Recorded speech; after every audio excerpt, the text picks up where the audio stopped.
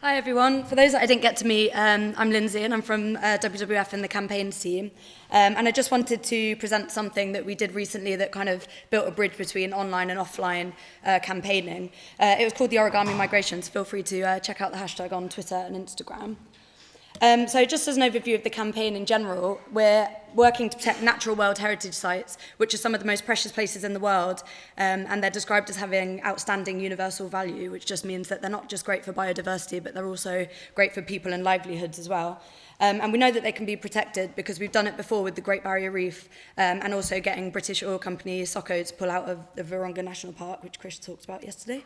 So the first thing we did was analyse natural World Heritage Sites around the world and which ones were facing threats.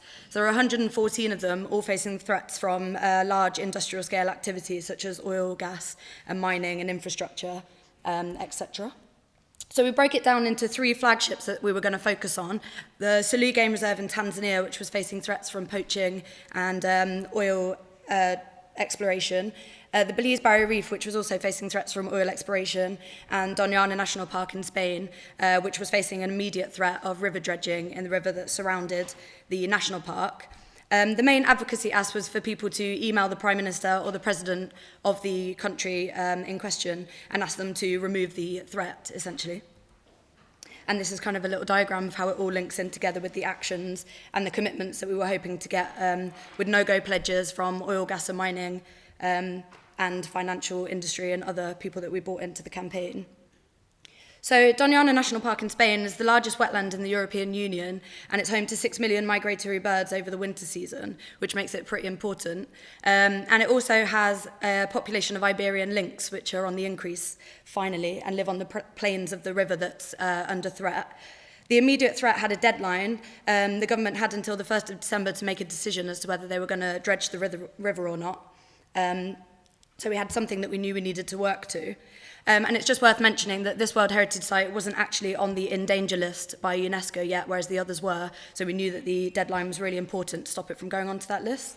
And this is just a little map of the national park. And the river is this huge one on the bottom that I won't try and pronounce. So we tried to get a little bit creative to give something more visual and a higher ask for our supporters to engage in.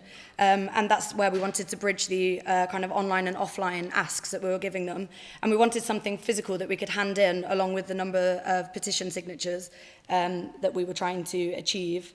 And in the back of our minds, we also had that it might be nice to get something that had a little bit of media coverage and media worth in the UK and internationally. So I don't speak Spanish, so I'm really sorry, Barbara and my team, if this is really badly pronounced. But in Spain, they have a kind of cultural activity called the parejita, which is where it translates to little bird, and you just make little origami birds. So we thought that had a nice cultural relevance to the site that we were trying to protect. It was a great visual representation of the 6 million migratory birds, and our audience insights suggested that the people we were trying to target with the campaign were really interested in creativity and crafty home things. I don't fit into that category. So we created some really simple assets as we didn't have very long. So we made a little hand how-to video, which we put on social and our website and emailed out to supporters. We reached out to some crafty bloggers who made a blog of 23 different types of origami birds that you can make to support the migration. And we made some terrible, colourful origami birds ourselves in the office, which was pretty funny, and used them for social media assets and web pages and things like that. So this actually took a really long time to take because the bird kept blowing off the nose into the canal next to the office, which was a bit awkward. And we shared these assets with the network, so they started to promote the origami migration around the globe, not just in the UK. We also had an instruction leaflet that we inserted into our membership magazine, so people could cut out the little template and follow the instructions of how to make the bird and post it back to our free post address. So we received over 2,000 birds, and we're actually still getting them every week. And they're arriving by the box load, which is a bit uncomfortable because we have nowhere to put them in our office. So we're just handing them out to people randomly now. But it was really interesting that they came in from individuals, youth groups, environmental interest groups, and kind of crafty people as well. So it wasn't just people that were receiving the insert in the magazine. So this is just a few examples. That one's pretty terrible. But, there's just a few crafty examples. It was really amazing that a lot of supporters who sent them to us actually sent us personal letters as well as to why it was important to them and why they cared about Doñana National Park and the birds in general. So pretty. And then this is what we did with them at the end. So we shipped them all off to Spain, and they created this mesh of origami birds that they hung outside the Parliament buildings in Madrid. And they did a little bit of a Facebook Live outside. And it got them their first, so a lot of the ministers and the Prime Minister of Parliament came out to see it, and it actually got them promised their first meeting with the relevant ministers that they needed to speak to. So what went well is that it really delivered for the Spanish office, who got that meeting promise. It received some really good organic media coverage, mainly in Spain, with Fox News, and we got a little piece in the Week of Wildlife in Pictures in The Guardian, which we only actually discovered last week. And we handed out some of the birds to UNESCO delegates, and 4 months on from the actual campaign delivery, we found that they still have the little birds on their desks in the UNESCO office, which is pretty great.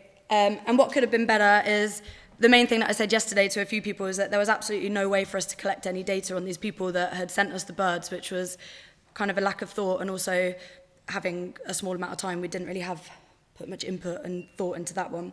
And we didn't really ride off the hand-in moment very well in the UK, so we didn't get as much UK media coverage as we might have liked. And probably the most awkward thing is when we were doing the Facebook Live from Spain, it was going really well. We sent out an all-staff email saying, watch this, yay. And then in the middle of the Facebook Live, someone just went, fuck. And we were like, oh God, it's there forever. And we probably could have utilised partners a little bit better, so local environmental groups and people like the RSPB that we have connections with through various coalitions that we're members of. But overall, it was amazing because the government did cancel the threat of dredging by the 1st of December, which meant that Doñana National Park didn't go onto the endangered list, which is great. And it fed back into the World Heritage Site supporter journey because we had a tangible, visible thing that we'd achieved that we could then say, and now there's the other sites that desperately need your help too, so we need to come up with something equally crafty for them as well. And that's it, thank you.